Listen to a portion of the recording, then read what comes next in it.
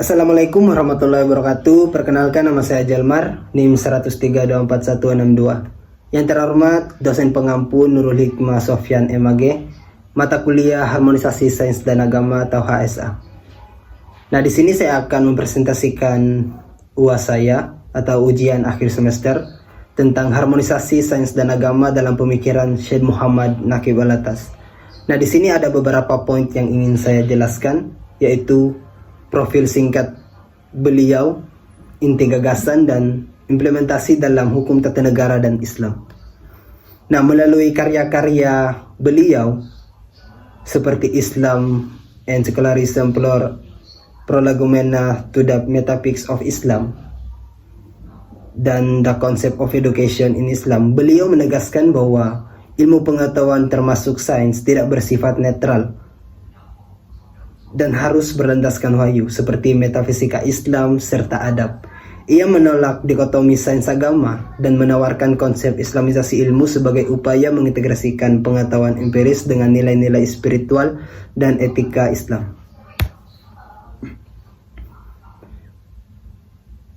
Syed Muhammad Naqib Alatas dalam karir akademiknya di ISTAK, kebanyakan dari ISTAK itu adalah International Institute of Islamic Thought and Civilization, institusi yang didirikan dan dipimpinnya yang menjadi pusat gagasan utamanya.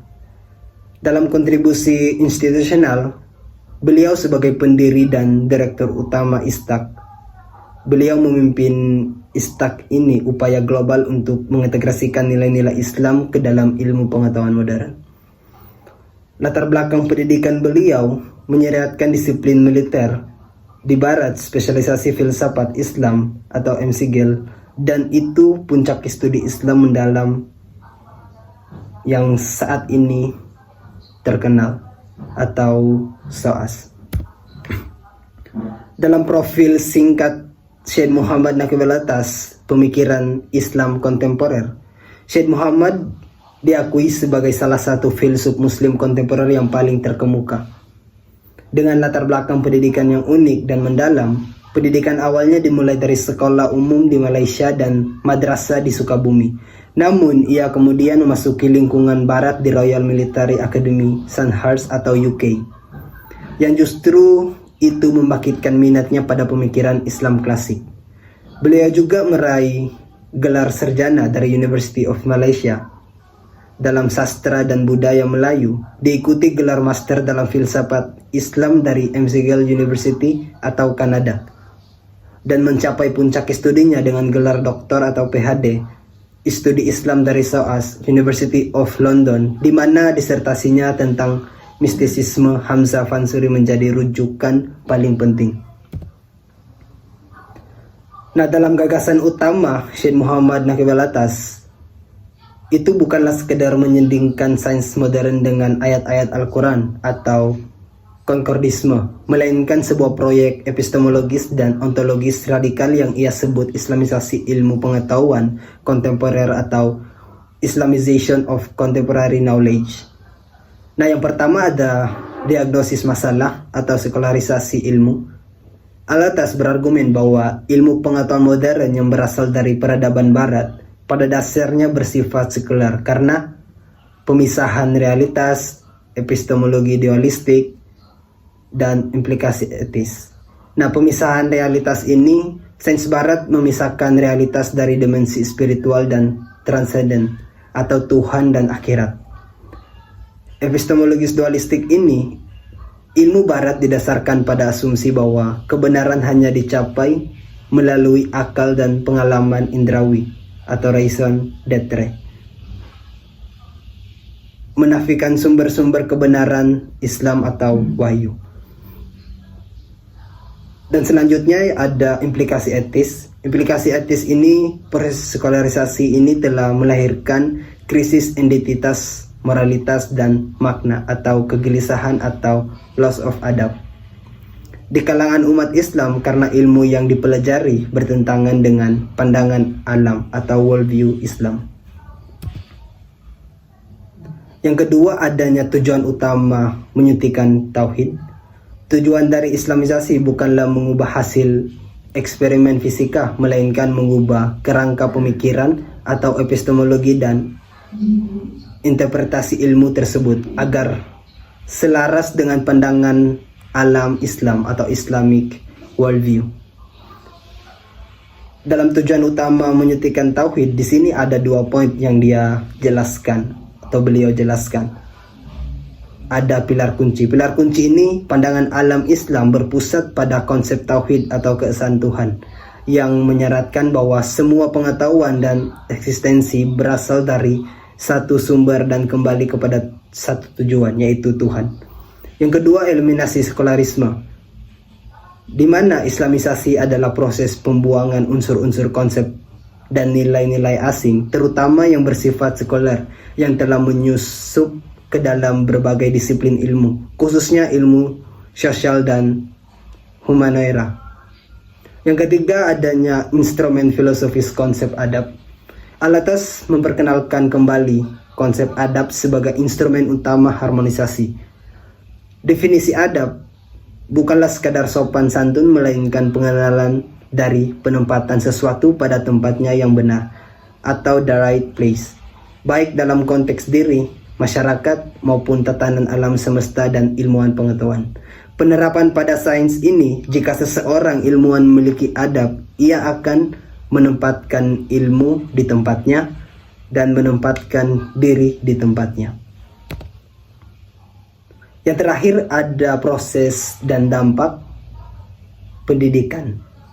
Islamisasi harus dimulai dari akarnya, yaitu pendidikan reformasi kurikulum, penciptaan manusia beradab, dan harmoni total.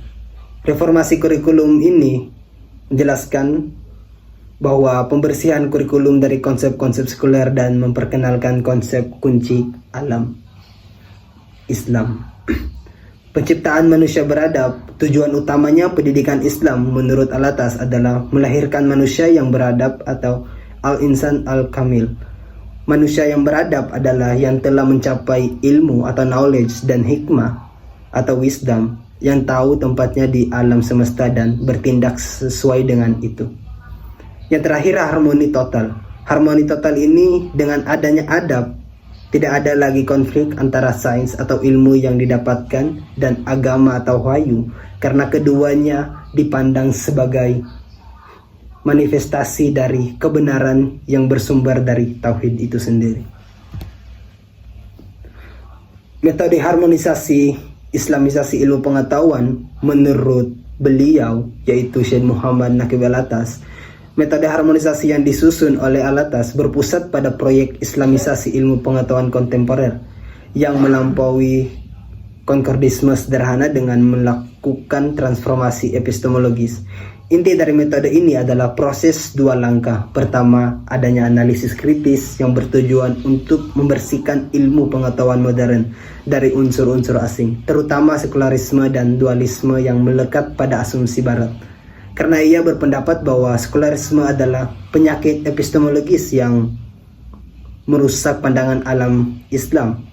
Langkah kedua adalah infusi konsep-konsep kunci Islam, terutama tauhid atau keesaan Tuhan, sebagai pusat ontologis dan adab atau etika. Sebagai fondasi metodologis dan etis, Al-Atas mendefinisikan adab sebagai pengenalan dan penempatan segala sesuatu pada tempatnya yang sangat benar, yang menuntut ilmuwan untuk mengakui otoritas wahyu di atas akal dan indera. Implikasi utama pemikiran Al-Atas, di sini ada implikasi utama yang beliau jelaskan. Ada 4 poin yang sangat penting. Yang pertama, ada reformasi epistemologis, di mana reformasi epistemologis ini menempatkan wahyu atau nak di atas akal dalam penentuan kebenaran ilmu. Yang kedua, perubahan tujuan pendidikan. Ini mengalihkan fokus dari melahirkan profesional menjadi melahirkan manusia yang beradab. Yang ketiga, etika sains. Etika sains ini mewujudkan ilmu pengetahuan yang tidak bebas nilai, melainkan terikat pada prinsip-prinsip adab dan tauhid. Yang terakhir, otonomi intelektual.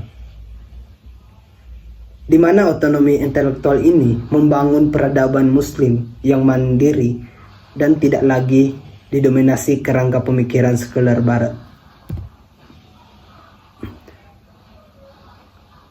Dan juga Syed Muhammad Naqib Alatas dalam implementasi gagasan Alatas dalam harmonisasi hukum tata negara dan Islam, beliau menegaskan bahwa gagasan kunci Syed Muhammad itu sangat relevan dalam Islamisasi ilmu pengetahuan yang bertujuan mengembalikan pandangan dunia Islam atau Islamic worldview. Sebagai kerangka fundamental, implementasi ini menuntut reorientasi epistemologis hukum tata negara, di mana hukum positif tidak dipandang sebagai produk sekuler, melainkan sebagai penjelmaan tauhid, dan menempatkan kedaulatan hakiki Tuhan sebagai sumber otoritas tertinggi dan mendefinisikan kedaulatan rakyat sebagai amanah atau mandat. Lebih lanjut, konsep adab atau disiplin etika wajib diinternalisasi ke dalam proses tata kelola, memastikan bahwa penafsiran hukum atau yudisial dan kebijakan negara atau eksekutif selalu berorientasi pada keadilan substantif dan maslahat umum, sehingga menghindari formalisme hukum yang bebas nilai. Secara pendidikan ini berarti Fakultas Hukum harus mengintegrasikan syariah sebagai kerangka ontologis, bukan sekedar objek studi komparatif. Untuk itu, bagaimana cara kita mencapai sistem hukum yang terintegrasi secara holistik? Nah, di sini dari kesimpulan yang tadi saya jelaskan, kesimpulan dari gagasan Syed Muhammad Naqib Alatas adalah Islamisasi ilmu pengetahuan yang berupaya mengembalikan pandangan dunia Islam atau Islam worldview itu sebagai kerangka epistemologi sentral. Dalam konteks harmonisasi hukum tata negara dan Islam, implementasinya menuntut transformasi filosofi sistem hukum. Di sini ada dua, ada orientasi kedaulatan dan internalisasi etika adab, di mana orientasi kedaulatan ini menjelaskan bahwa hukum tata negara wajib berlandaskan pada tauhid, mengakui kedaulatan hakiki Tuhan yang menjadikan kedaulatan rakyat sebagai amanah atau mandat yang biasanya terikat pada tujuan syariah. Yang kedua, internalisasi etika adab, di mana internalisasi etika adab ini diwajibkan menjadi jiwa dalam tata kelola, memastikan bahwa penafsiran konstitusi dan pelaksanaan kekuasaan atau oleh yudikatif, legislatif, dan eksekutif selalu mengarah pada keadilan substantif dan masalah umum, serta menolak formalisme hukum sekuler yang bebas nilainya. Nah, di sini sumber yang saya ambil itu dari referensi langsung dari tokoh, yaitu Syed Muhammad Naqib Alatas. Nah, di sini teman-teman kalian bisa melihat referensi dari tokoh Syed Muhammad. Ini di sini kalian bisa lihat judul tahunnya. Nah, jadi sekian dari saya. Assalamualaikum warahmatullahi wabarakatuh. Mohon maaf apabila ada kesalahan. Shalom. Terima kasih.